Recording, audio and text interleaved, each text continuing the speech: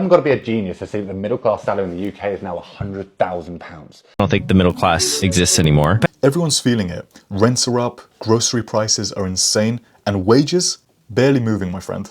The middle class is shrinking, and in 2025, it's now worse than ever. People are speaking about it all over TikTok. So today, let's dive in and see exactly how bad the problem is.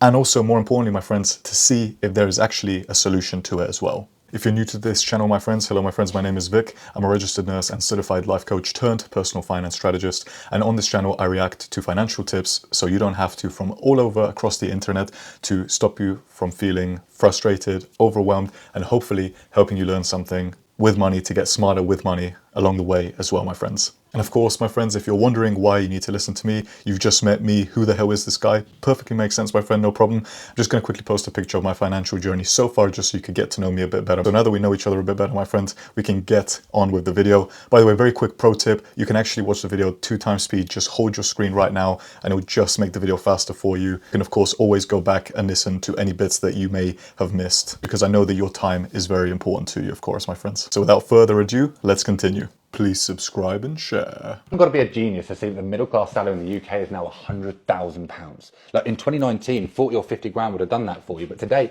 it's 100 grand. Look, take me and my wife, for example. We have an average price home, £400,000. We spend about £1,900 a month on the mortgage. We drive 2 Audis, nothing flashy. We spend £740 a month on those. We spend about £1,500 a month on food, prioritising healthy, wholesome foods for us, for our kids. We make our own coffee at home. We don't hit up Costa every single day, and we cover the basics, pension, house insurance, car insurance, phones. Sure, my wife gets her hair and nails done once a month and we have a date night every other week, probably at a gastropub to spend about £100.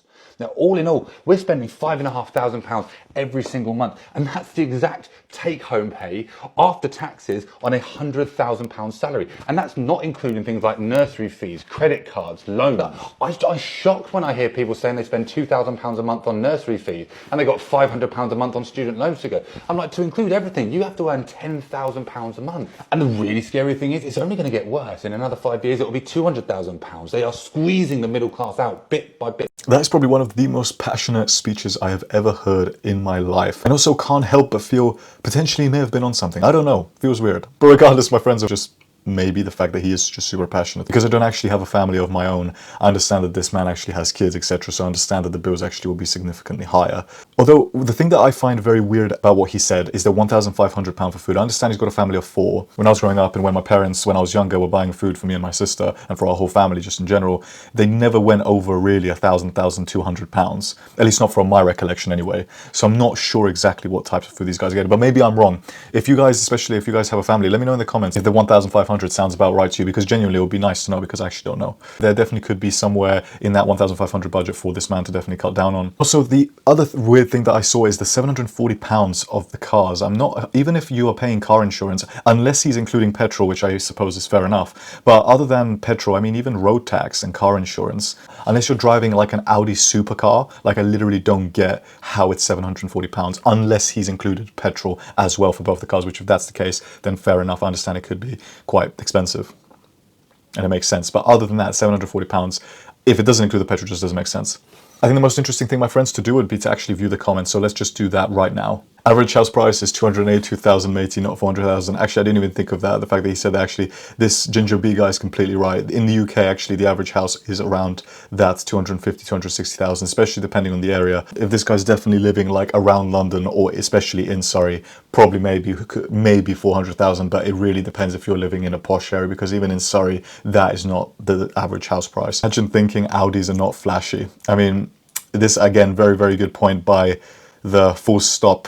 Even if Audis are flashy, like I say, £740, unless this guy has them on finance, because in my opinion, that could be potentially what he has done. Because in my head, I just, other than that, like I was aforementioning, other than him actually paying and including the petrol, I just literally don't get how it's £740. And if that is the case, my friends, and he does have them on finance, obviously, you know my ethos if you've known me, and if you don't, I would always, in my own opinion, what I would personally do is always buy the car outright if you can. Otherwise, if you cannot afford it, do not buy it. There's no point in being on finance. I think hire agreements are a bit different, but if you're literally just using financing like PCP, or something like this, and then actually needing to have a balloon payment at the end and then stuff like this. Honestly, my friends, in my opinion, there's absolutely no point. Just either buy the car outright, or even if you were to do a hire agreement, so then you could technically take a loan. So then actually it shows that you can make those monthly payments. So then when you actually go to buy a house, you can actually see that you've got a loan and you can actually pay it off very well, and actually helps your credit score as well, because it is a form of a loan. And this is something like this, my friends, it literally just does not make sense. £1,500 on food, you can comfortably feed a family of four for £150 a week. Thank you, Austin. I was going to say there must be something up. I mean, 150, I do find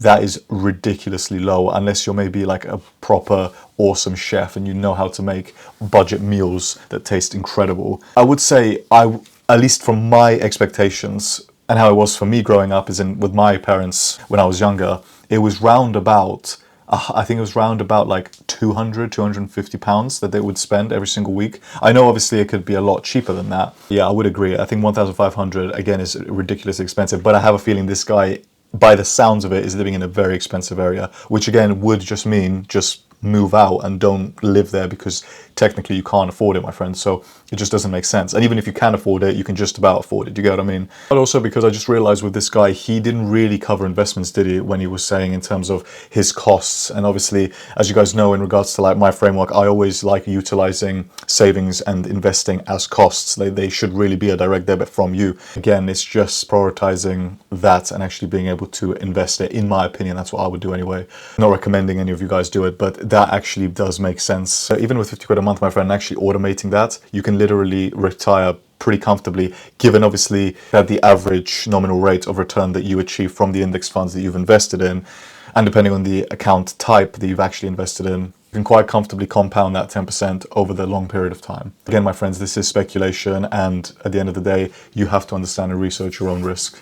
Okay, my friends, so we don't make this video too long, let's move straight into this next video. And I think I was very interested when I first saw this, so let me just show you and let's talk about it afterwards. I don't think the middle class exists anymore. Back in 1950, the median income was $3,300 per year. It sounds really low until you realize that the median home price back then was about $7,500. So it would take you 2 years of your wages to buy a home. These days, the median income is $70,000 and the median house is $430,000. That's like 6.5 years of wages.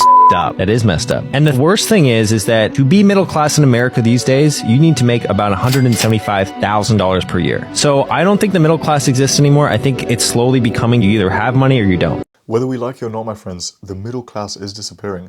I mean, if you don't believe me, you can literally just rewind and look back at this video just to make sure that what you heard was correct, because it is. It was way easier to buy a house before compared to what it is now. And this is a really serious and worrying issue. The reason it's such a big issue, my friends, is because there's higher debt now than there's ever been worldwide, especially in the UK and the USA. Mortgage terms are longer and people are actually having longer mortgages because they're not able to put down enough for a deposit. So therefore they have to have bigger monthly payments over a longer duration as well, because the disposable income is just not enough. And this is something that I think many people miss, my friend, because if you've had your parents or your grandparents or someone that's quite a bit older than you say, oh, you youngsters have it so easy now. The thing is, true, I really agree in regards to the access that we have to invest and actually grow our wealth. That's significantly easier if you know what you're doing, of course. But when it comes to buying a house, which is, in my opinion, the biggest thing that you're ever going to buy in your life, that's the biggest investment that you ever buy in your life. Back in the day, it was literally just 2 times your salary, whatever you were earning. So therefore,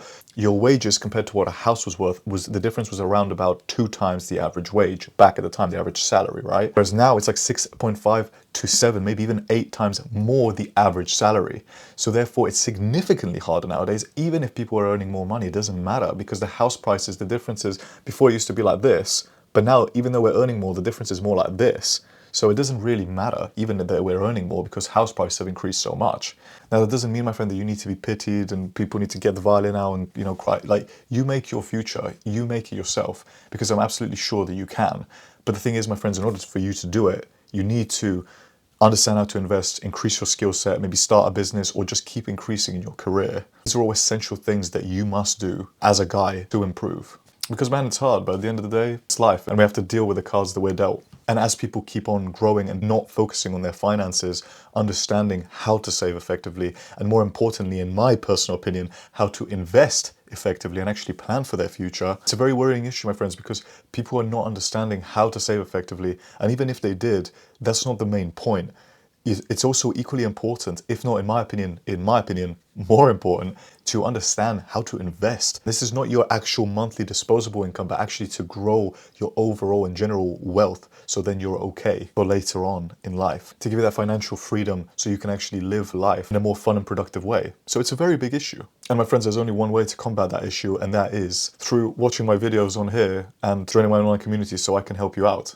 Joking. Oh, low-key kidding. 90% kidding. Because I do feel there's that 10% that is actually truthful to that. Because this is actually what I want to try and help people out, because this is what I like doing and understand best. So I want to help people out with this. But in all seriousness, my friends, it is very crucial that you understand how to not just save money effectively, but invest as well. In order to understand this issue better, my friends, this video that I'm about to show you actually concludes the same point as the previous video that you just watched, but actually explains it really interestingly with the actual statistics, so you can understand how big this issue is. Have a look. In 1983, making $30,000 a year is equivalent of $164,000 a year in 2023 and 2024. Yes, that's right. In addition, the middle class isn't dying, the middle class is dead.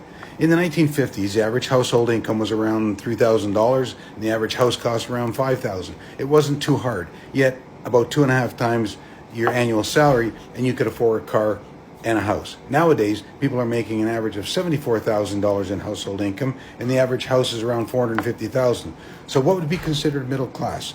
The bare minimum of middle class in America right now in 2024 would be about $174,000 a year. And that's not doing well. That's just meeting the bare minimum. Now, my friends, as you can see, it's a problem. But let me translate this over to the UK side of things as well. And let me show you this graph, because it actually even applies to anyone worldwide. Especially with the USA and the UK, this is a very, very similar problem, because our wages or our salaries compared to the average household price is significantly greater and they're increasing disproportionately. Let me show you what I mean. As you can see on this graph that I'm looking right now, my friends, you can actually see that the house prices and the wages or your salary have there's a significant difference as the years have gone by in the last 50 years or so. And you can, of course, see that wages do not proportionally increase with the household income. I'm obviously not saying that we should be getting paid ridiculous sums, but you could literally see that the wage line, that our annual salaries have been so linear throughout the years. I mean, literally, there's barely been that big of an increase at all compared to the massive rapid increase, almost even an exponential. It is actually a very exponential increase compared to the annual salary. You could literally see that the average house price is significantly greater. Now, what does this mean for us, my friends? It means it's a very big problem, because it means we need to actually be, like I aforementioned, more smart with our money. As you can see, my friends, it is a very big problem. Again, the solution to that problem, my friends, is just increasing our skill set so that we increase our income through a job or through a business. And additionally, on top of that, understand how to invest as well, because in the future, it will just get harder and harder. In my personal opinion, my own opinion, there's way better investments rather than houses. Even just investing in like a simple index fund, I think that that's going to generate you significantly more reliable and better returns than the housing market, unless you actually have a housing business where you do service to accommodation, stuff like this. But that, in my opinion, is not an investment, that's an actual business. Because if it was an investment, you're just solely relying on capital appreciation of the house to increase in value over time. But if you compare that to an index fund or something like this, you will see that the index fund results are far, far greater than the surplus and the increase of the housing markets. And this is another thing that I spotted, my friends. Do you remember the 2008 financial crisis? I'm sure most of you know this. If you look at 2008, that massive dip, you know, the crisis that they're talking about, look at that crisis. It barely reduced the price. I mean, it obviously at the time it was a big amount. But as you can see, it reduced the housing prices quite a bit, but our wages didn't increase at all. It was still linear.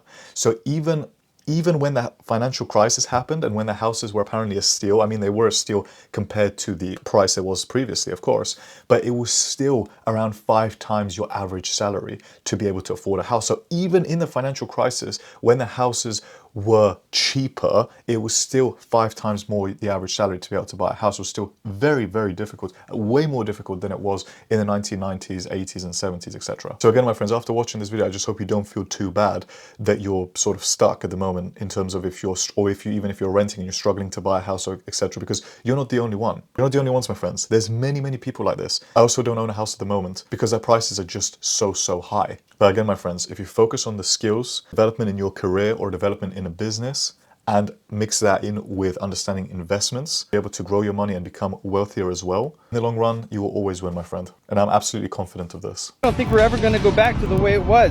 What we're watching is the acceleration of the disappearance of the middle class.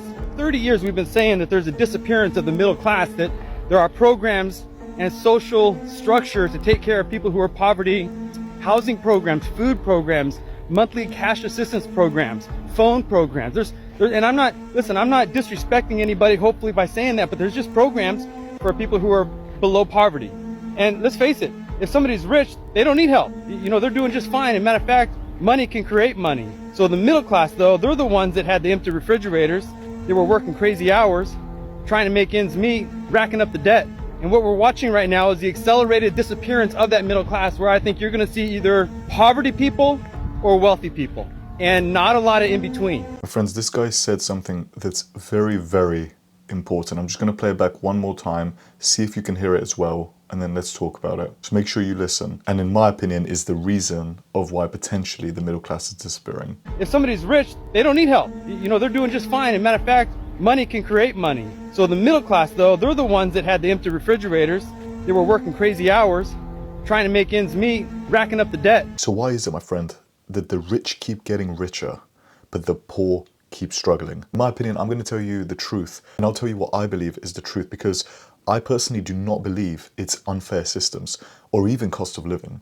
I feel it just falls down to 2 things, and I feel that these 2 things are the real problem. And those 2 things are financial habits of people, and that most people don't know how to grow their money. Because the guy in the video literally just said, the rich keep getting richer and the poor keep on struggling and racking up debt. The thing is, my friends, the rich don't keep getting richer by chance. They keep getting richer because they've been educated by someone else that is rich, and therefore they're doing the same things. But this is not a bad thing, because, my friends, success leaves clues. Therefore, we can very easily just observe what they're doing. Because in my personal opinion, my friend, it's not very difficult to become wealthy. And I want to change your mindset, and this is the whole reason why I've done this channel and why I've made my online communities. Because I feel that those 2 problems of lack of financial habits of people and the lack of education and knowledge in regards to how to make their money grow, that's actually the real problem. Not the unfair system stuff like this. My friends, we're going to have unfair systems no matter what happens. People are going to take advantages, governments will take advantages in whatever way they can.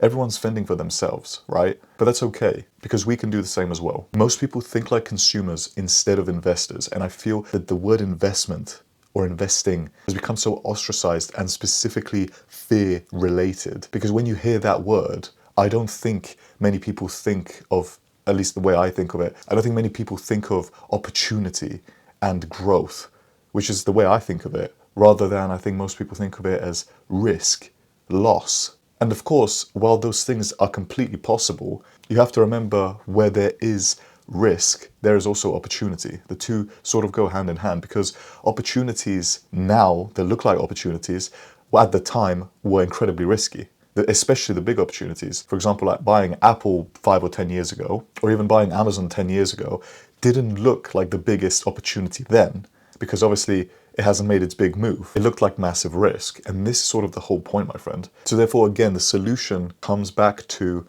understanding your own personal financial habits, because every single person is different. Don't think they're the same. In my community, I actually have a free checklist for you to see which spending habits you actually personally have, so you can relate it to yourself, so you can actually work on a solution to it. I actually have a new affiliate program right now, in which for every friend that you guys refer, I've actually set it so that you receive 40% commission, my friend, as a big thank you. So I'm sure that may be something you're interested in. But of course, my friends, please don't abuse this, and only actually refer people that you actually think that this will help them. And you also get to go through this experience together with your friends as well. Your likelihood of actually getting smarter with money and actually building wealth and making the most out of the community will actually significantly positively impact your performance, my friend. So it's definitely worth to consider. There's not lots of members there at the moment because it is still very new, but I'm confident that you will benefit from it. I'm not running any advertisements to it at the moment because I really want it to grow organically. So if it does interest you, my friend, click the link below just to learn more, just so you can see, my friend, whether you think it will benefit you or not. And there's also a 7-day free trial, so it's absolutely no risk to you at all. There's a very big difference between rich and wealthy.